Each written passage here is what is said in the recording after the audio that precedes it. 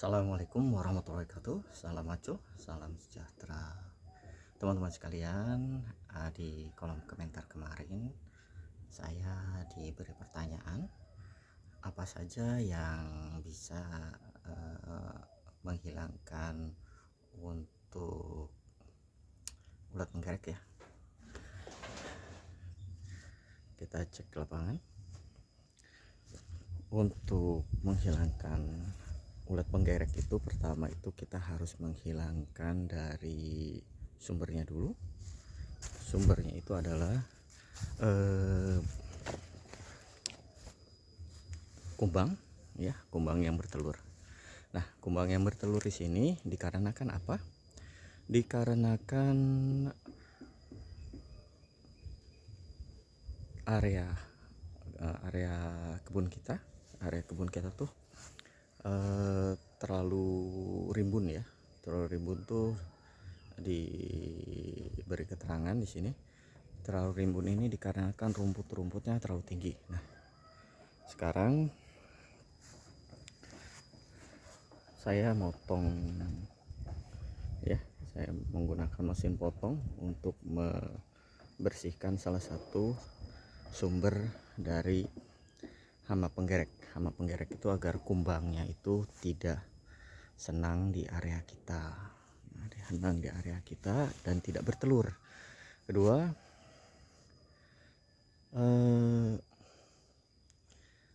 untuk dikarenakan rumputnya terlalu tinggi, maka menyebabkan kelembaban tanahnya itu tinggi, menyebabkan banyak hama-hama itu senang berada di area tersebut. Nah, untuk pencegahannya itu nomor satu ya pasti menghilangkan sumber masalahnya ya. Sumber masalahnya itu area tempat kita atau bercocok tanam ini harus tidak terlalu rimbun oleh rerumputan, sehingga menyebabkan areanya itu bisa dibilang lembab dan kumbang pun senang di area tersebut. Nah ya, bisa dilihat teman-teman, bisa dilihat ini saya potong semua dengan menggunakan mesin potong rumput ya, sehingga salah satu sumber masalahnya dihilangkan. Kedua adalah pengontrolan secara berkala. Pengontrolan secara berkala ini kita tuh tiap minggu sekali kayak datang gitu loh, datang ke tanaman kita, ngobrol sama tanaman kita, karena mereka memberikan indikasi itu di daun dan batang. Nah, jika ada misalnya di sininya ada bintik-bintik putih, terus ada bolong hitam, udah selesai. Itu harus kita potong saja, dikarenakan batang ke atasnya itu pasti sudah habis.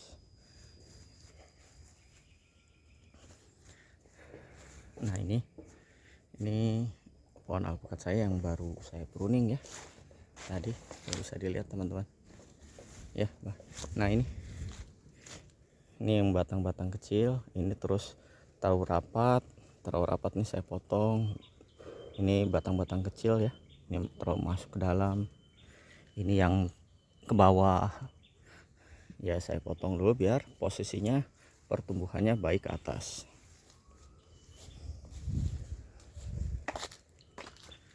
Teman-teman sekalian, kita balik lagi ke hama penggerek ya. Setelah pengontrolan secara berkala, dipotong. Nah, kita ada namanya insektisida ya, insektisida. Nah, insektisida ini nggak bisa langsung disemprotkan ke hama penggerek. Biasanya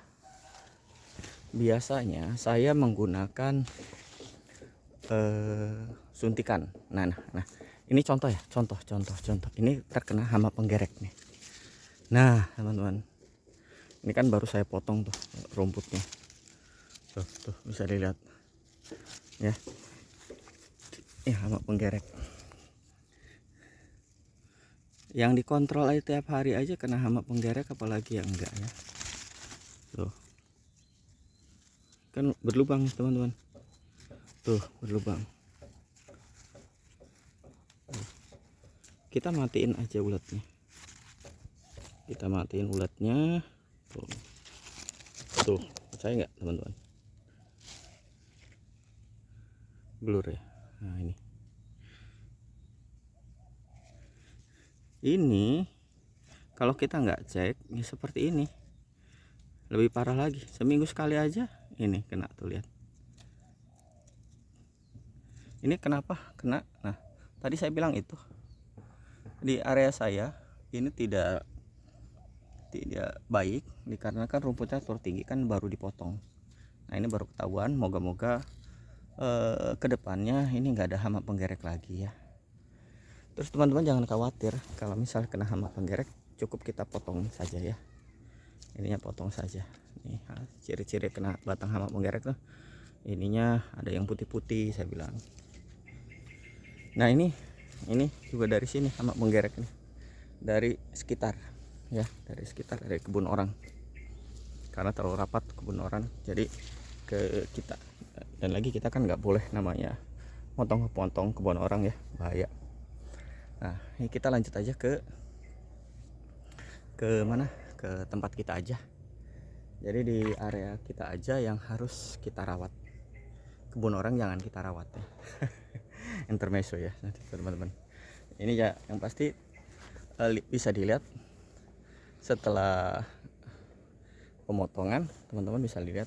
Nah ini pohon aligator saya ya, cukup baik. Kita cek agak sedikit jauh ya. Nah bisa dilihat teman-teman, cepat sekali pertumbuhannya, batangnya besar. Semoga 1 tahun atau setengah tahun ke depan bisa berbuah ya.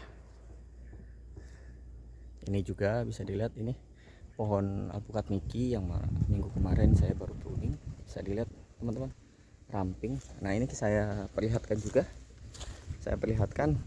kenapa sih harus dipotong yang dahan-dahan kecil. Nah ini nanti seleksi alam, dia akan mengering dengan sendirinya teman-teman. Tuh mengering dengan sendirinya, jadi ngabisin nutrisi kalau misalnya kita nggak potong duluan. Kalau bisa kita potong. Oke, kita ke yang lain, cek lagi. Nah ini juga sama. Nah ini kalau misalnya potes pucuk ya, di ininya nih kita potong yang pasti yang sudah tumbuh ya, jadi jauh lebih mudah, nggak nyungcung ke atas, kasarnya nggak lari ke atas ya. Jadi teman-teman praktek dulu di lapangan sesuai apa yang teman punya, yang teman-teman ketahui terkait pruning atau cara tanam di mana pohon alpukat kita. Nah ini saya akan perlihatkan. Nah ini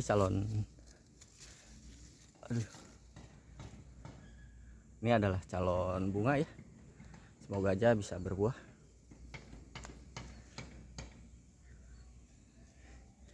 Nah ini adalah kotoran kambing. Kotoran kambingnya jangan nyampe nempel batang ya teman-teman, kalau nempel batang tuh bahaya. Nah ini juga sama tuh, lihat, bisa dilihat tumbuhnya subur tuh. Nah, bisa dilihatnya sekelilingnya aja ya teman-teman, dilihatnya itu areanya bersih apa enggak. Nah kalau misalnya bersih bisa mengurangi potensi dari hama penggerek, kumbang hama penggerek yang bertelur di pohon alpukat kita, yang menyebabkan pohon alpukat kita itu